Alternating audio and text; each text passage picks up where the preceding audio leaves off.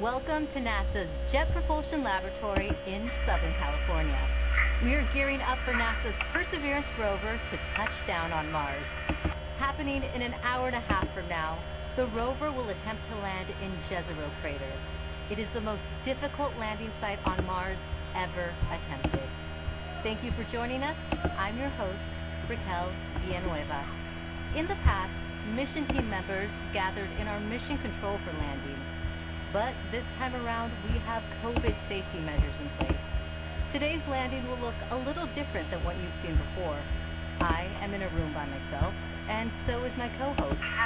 Here in the Space Flight Operations Facility, team members are in different parts of this building. Some are in mission control, others are upstairs for landing operations. We also have isolated rooms for our guests on the show. In total, we have 8 locations that you will be seeing.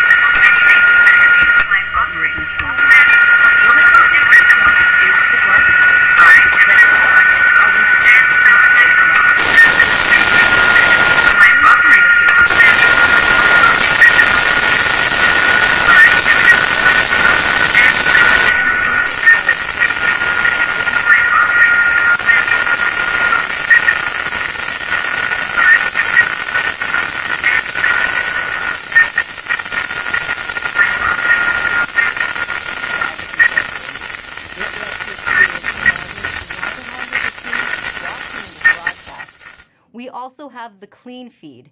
It shows an uninterrupted view of mission control and audio. También tenemos un programa en español.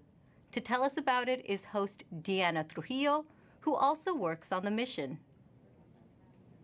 Thank you, Raquel. We're so excited to be the sister live broadcast in Spanish. Sintonízate nuestro programa en las redes sociales de Twitter, YouTube y Facebook en la NASA en español para que nos acompañes a un tour virtual de la NASA con entrevistas con astronautas, con participación de artistas, con entrevistas con científicos e ingenieros de Perseverance, con Plaza Sésamo y mucho más. ¡Te esperamos! Gracias, Diana. And don't forget, we want to see how you are watching the landing today. Use the hashtag Countdown to Mars to send us your photos and videos. To preview what interviews are coming up is my co-host from the JPL News office, Marina Jurica.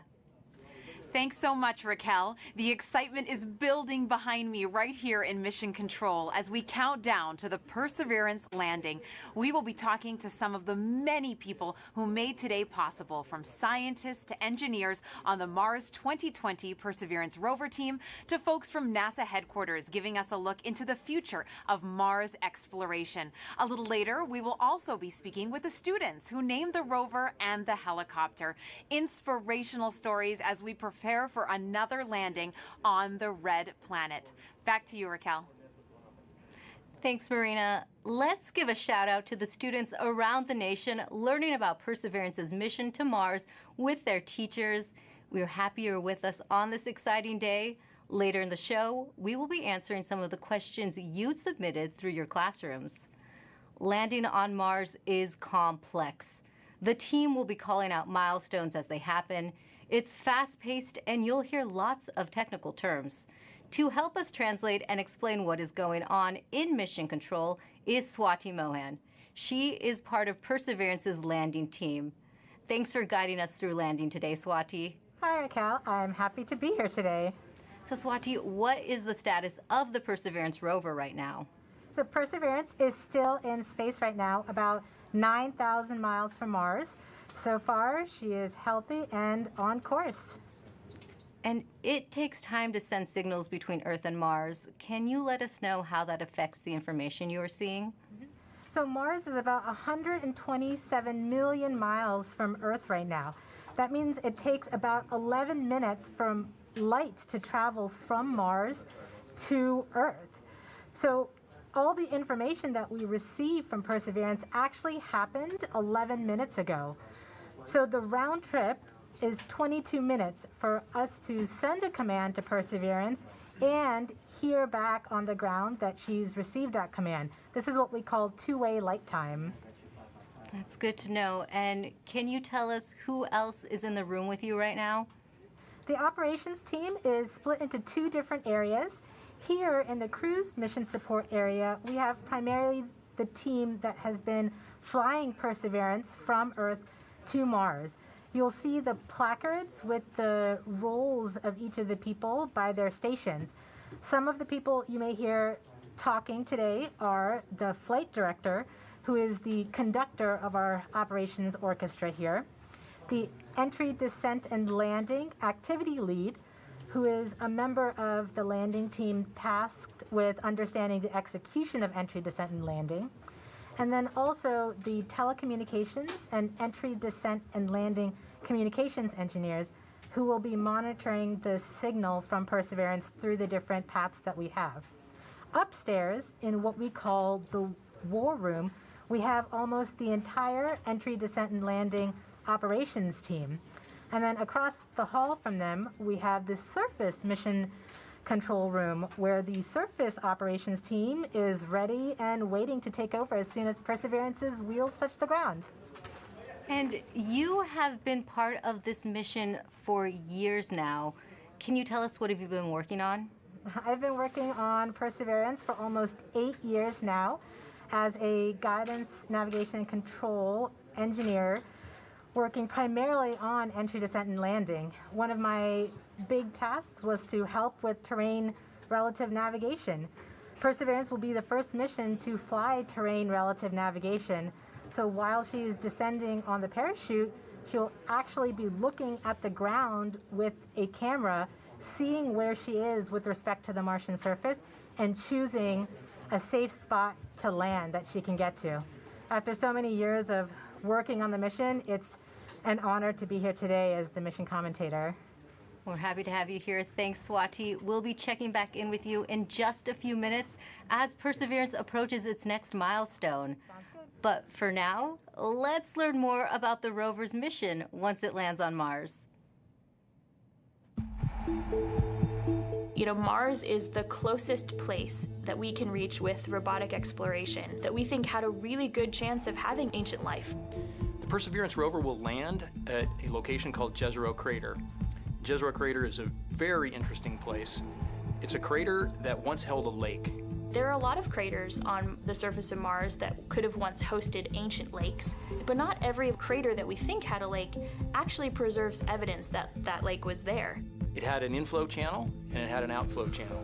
That means it was filled, the crater was filled with water. In Jezero, we have probably one of the most beautifully preserved delta deposits on Mars in that crater.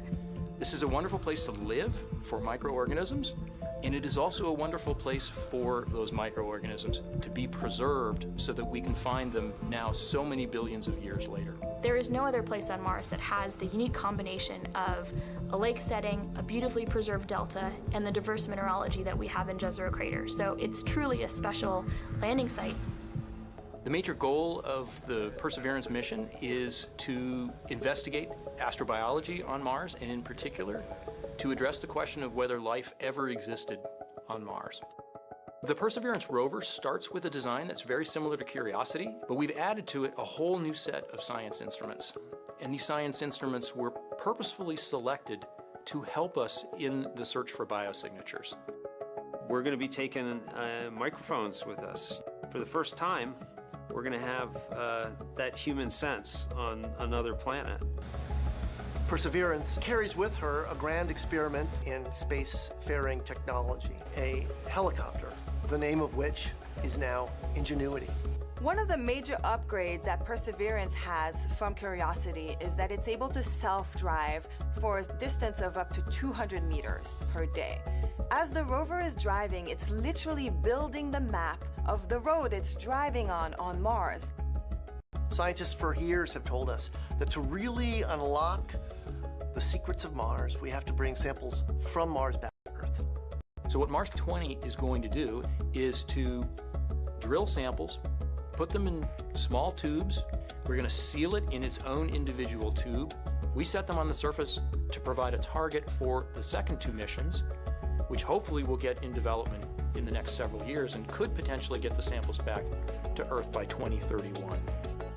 Perseverance is a very, very profound first step in both our understanding of our place in the universe and a stepping stone towards human exploration on Mars.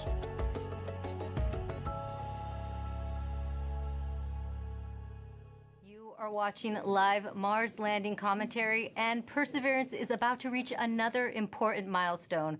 Swati, can you tell us what is happening?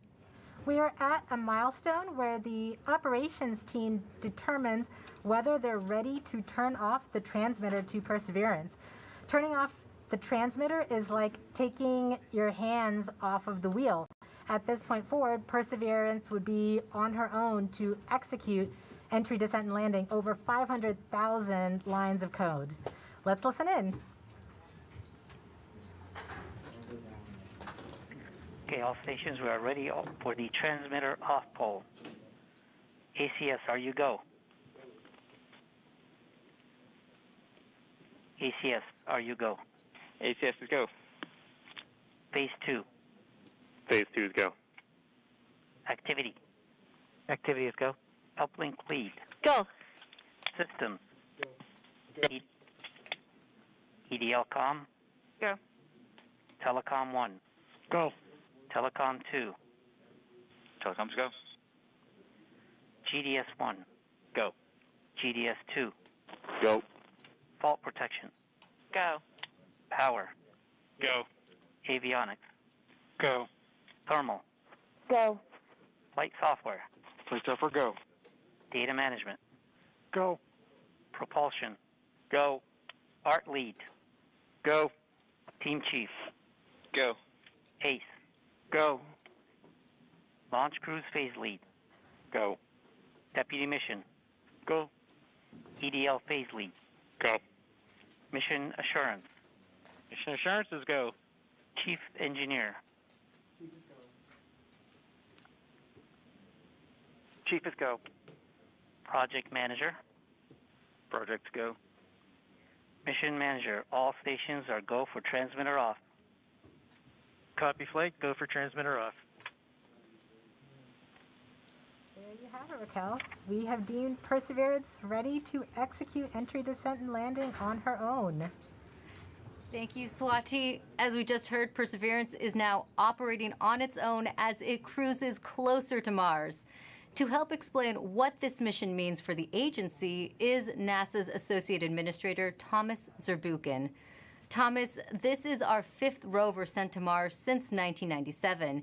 Can you tell us how Perseverance is going to kickstart a new era?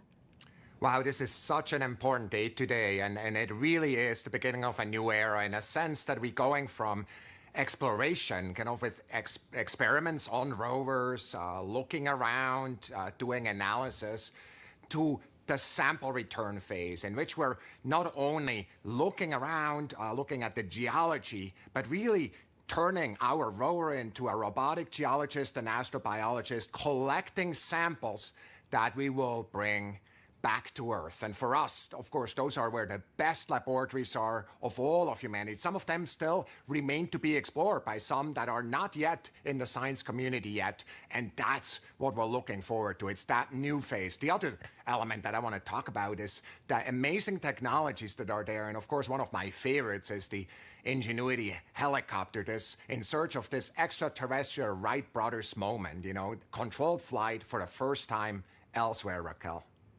Great. And we have a student question on video for you from Macy. Hi, my name is Macy Ragsdale. My question is anything alive on Mars? Thank you.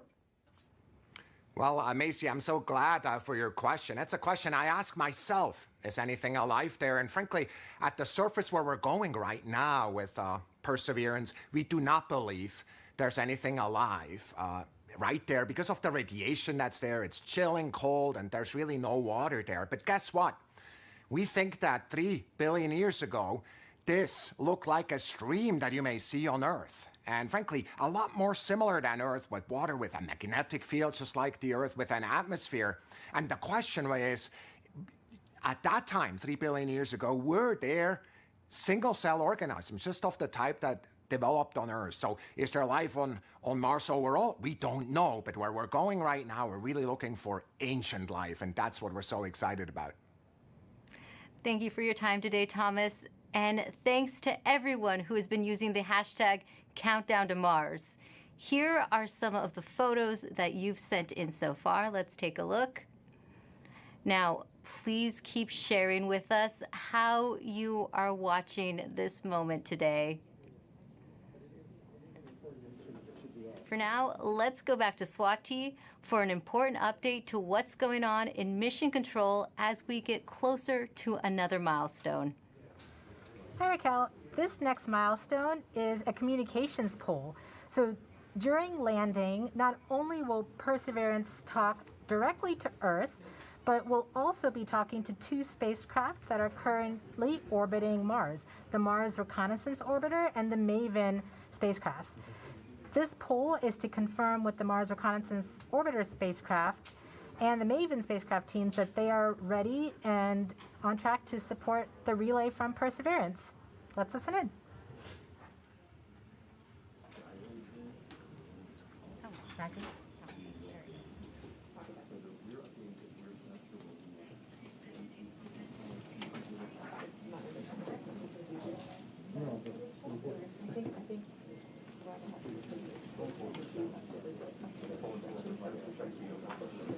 EDL comm flight.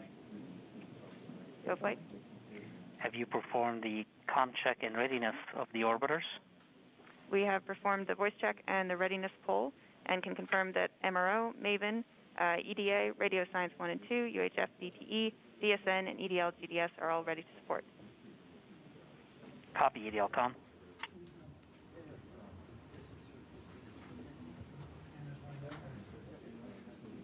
So we've just heard that we have confirmation from each of the different orbiters and all of their support equipment on the ground that they are ready and are on track to support the relay from Perseverance. Great, thank you, Swati. And we just heard that communications readiness poll, which means we are ready to relay the data Perseverance will send to get a better idea of what the rover looks like as it approaches Mars. We have a NASA program called EYES. The visualization lets anyone watching track Perseverance. Here's how the program works. Follow Perseverance on its journey to the surface of the red planet with eyes on the solar system. From your desktop or mobile device, go to eyes.nasa.gov. Click on the banner, and now you're with Perseverance in real time through every step of EDL, entry, descent, and landing. This interactive experience lets you ride along from whatever perspective you choose. Click and drag, scroll in, scroll out.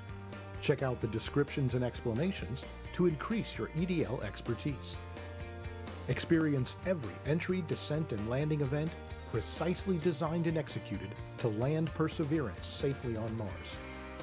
The EYES experience is based on predictive data, but during this broadcast you'll see a different visualization called Ranger, and it's based on the real communication the team in Mission Control receives from Perseverance in near real time. This is the visualization the team will follow as data fills their screens while monitoring the health of Perseverance on its nerve-wracking course to another successful Mars landing. Enjoy the ride.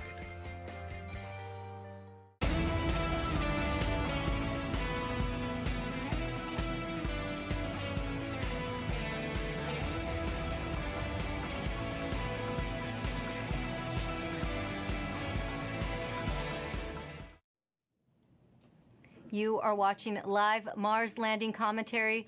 Stepping outside Mission Control to talk to us is Perseverance system engineer, Matt Smith. Thanks for joining us today, Matt. Hey, Raquel. Well, coming from Mission Control, we are going to hear terms related to landing. Can you help us understand what some of them mean? Sure, definitely. One thing you'll hear a lot about is telemetry. So telemetry is just our way of talking about data that's coming from the spacecraft and telling us important things like temperatures on the vehicle, pressure, how much fuel we have left, and other things that we need to understand for the health and safety of the vehicle.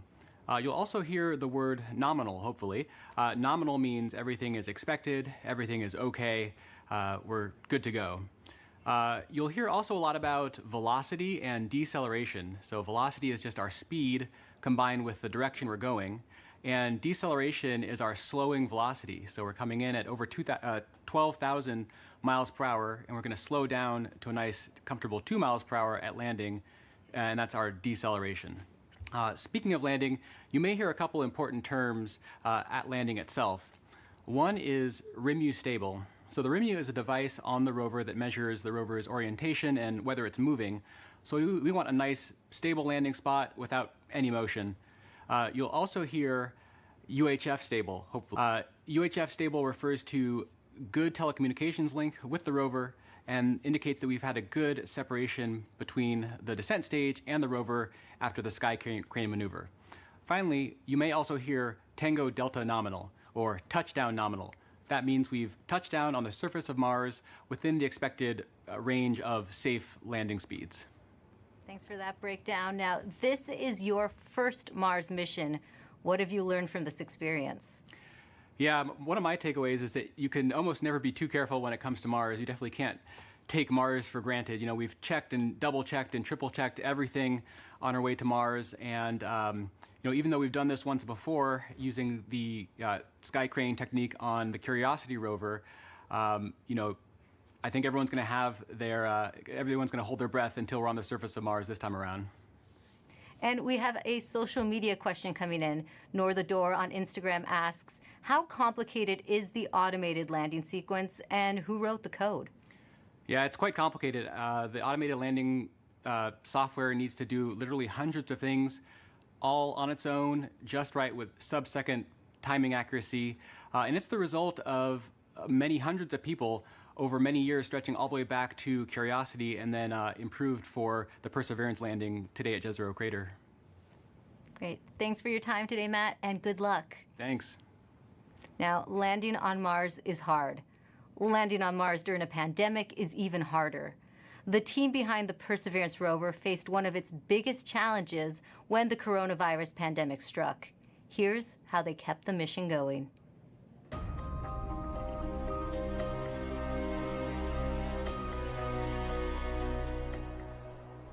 When the pandemic struck, the future was certainly unknown. It was like walking into a blind, dark alley. You didn't know what was there, what was in front of you, what you were going to have to deal with. It's something that nobody expected. It's something that nobody could plan for. So we all were asked to start working from home. Rather than your first priority being mission success and getting to the launch pad, your first priority immediately gets displaced, and it's now the safety of the people.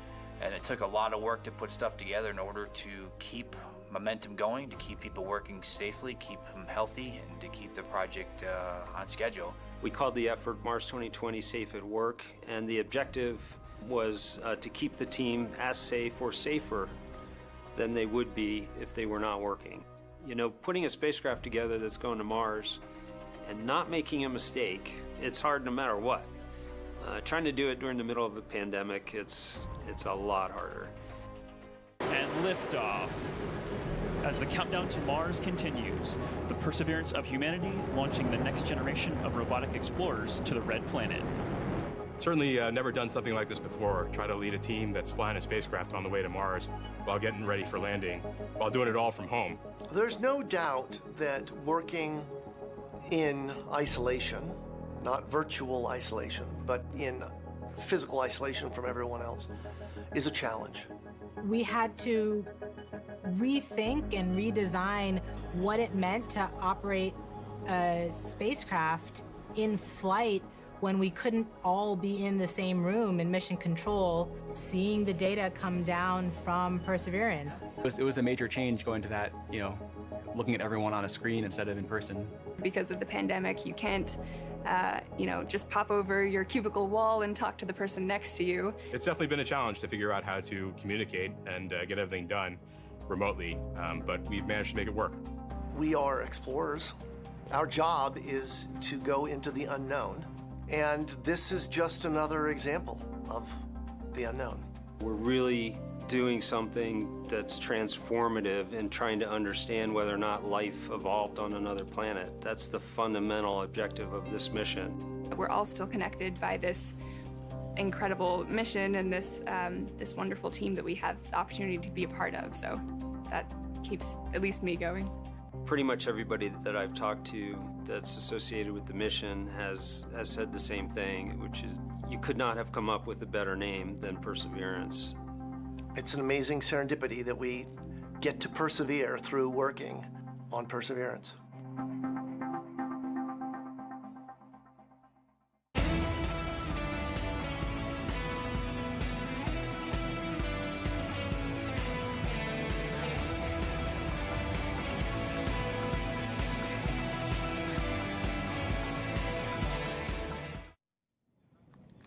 Joining us now is Perseverance Deputy Project Manager Matt Wallace. Matt, just how ambitious is this mission, and how was the Perseverance team able to stay on track with unexpected challenges like the pandemic? Well, it's a very ambitious mission. You know, we're carrying not only a host of new, extremely capable science instruments to do that science mission that we've talked about, but also a number of technology experiments that will provide feed-forward information into the next set of robotic explorers or even human exploration of Mars. So there's a lot for us to do. We look a lot like Curiosity, but in fact we're carrying 50% more payload down to the surface of Mars. And so it's been a big challenge. You know, and it was particularly challenging when the pandemic struck. It came at a critical time in our processing. We were just months away from launching. We were trying to essentially get the spacecraft assembled and do the final tests. We did not have a lot of margin in our schedule, and our focus just entirely shifted from that to keeping the team safe and keeping their families safe. And we had to do that quickly. We had to make that adjustment quickly. I think, you know, we got through it with a lot of help. A lot of people stepped up to make it happen. The team was tenacious, and we managed to get it launched and fly it to Mars. You know, thanks to a lot of help. And Matt, just how large is the team that worked on Perseverance? It's a big team. A couple thousand people here just at JPL, in fact, have worked on this mission. And then almost every other NASA center has contributed in some significant and critical way as well. We have over 1,000 industry partners that have provided hardware into this mission from 44 different states, 560 different cities. And of course, we have international contributions from Europe and many other international providers as well. So it's a big team. It's taken a lot of people to get us to where we're at. That is a big team. Yeah. This is the most difficult landing site ever attempted. Now, why do you think Perseverance is ready to land in Jezero Crater now? Jezero is tough. I mean, it's scientifically fascinating because it's got a lot of things like craters and you know, rock fields and cliffs and sand dunes and that sort of thing, which are great for the science community. That's exactly the type of features they're looking for to learn more about Mars. But they're all landing hazards for us. And so we've had to add some new technology, terrain relative navigation, which is the ability essentially to divert away from hazards. But we have taken this system through the same types of paces that we have on previous missions. We've used the same techniques, the same best practices for engineering verification, and in many cases, we've used the same people. This, in fact, is my fifth Mars rover mission, and I'm not alone. There's other people on the project in the same situation. So, you know, the team has given it everything they've gotten to put it all out there and to make this successful, and I think we're ready. Thanks, Matt, and good luck on your fifth mission. Thank you very much. Well, Jezero Crater is a location on Mars that has intrigued scientists for years. Let's head over to Marina to learn more about the science goals of the mission. That's right, Raquel. Here to explain why we want to go there is Deputy Project Scientist Katie Stack Morgan. Welcome, Katie. Thanks, Marina. Glad to be here.